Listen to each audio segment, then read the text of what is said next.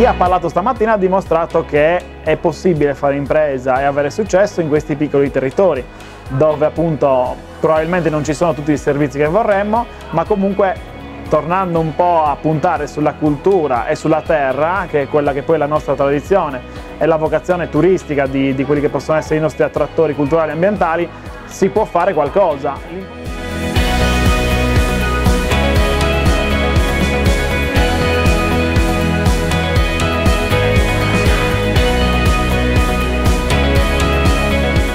Deus in noi è appu piccaupatti a storia delle comunità, che ci creo ancora sul fatto che questa cultura possa essere un motore per far andare innanzi a Sardegna.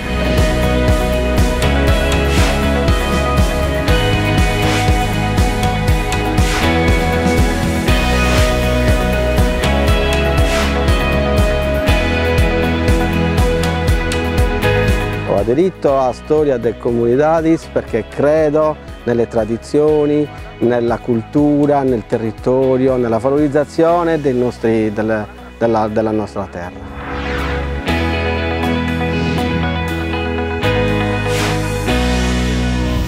E io non devo aver paura né del mercato americano, né del mercato cinese, né del mercato di nessuno. Io ho le risorse per poter salvaguardare la mia identità e la mia ricchezza.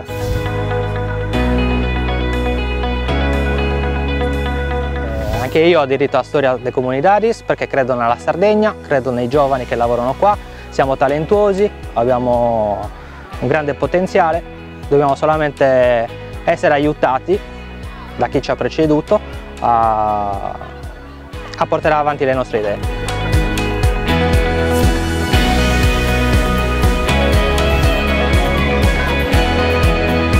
Io vengo due spiccioccheddus e di due apudorra pitticaddedus in Sardegna. Petta che non può via che si ti cresce su in Emilia Romagna, ma non petta che lui studiamo mavi o petta che sul luogo vulleggio sta gente si via mavi, anzi, sia sul contrario. Però o via che crescessi e si sistemessi in sta terra cosa nostra.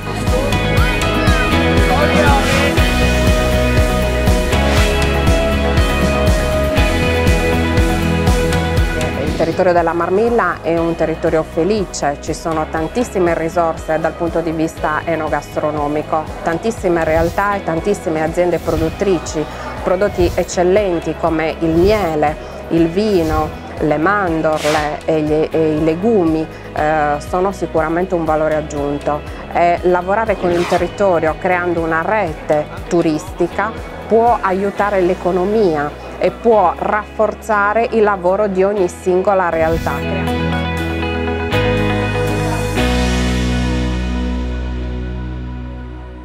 I beni identitari sono alla base insomma, del saper vivere, del saper costruire una visione a lunga scadenza.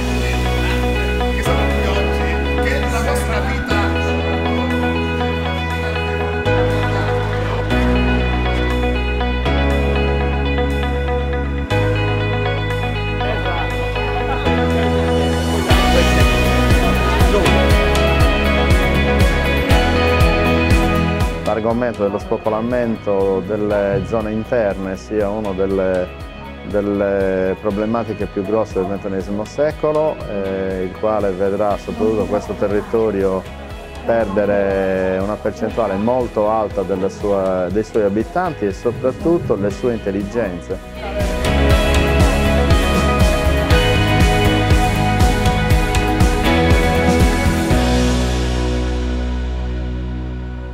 Questo tipo di eventi sono semplicemente una vetrina, chiaramente dobbiamo poi impiantare in modo sistematico un modus operandi che permetta alle scuole, ai ragazzi, in collaborazione chiaramente con gli anziani che possono essere una risorsa importantissima al fine di tutelare la cultura, le tradizioni e la lingua che si sta perdendo, e in questo modo possiamo forse riuscire a creare una nuova generazione che possa essere completamente bilingue. Questo è il sogno.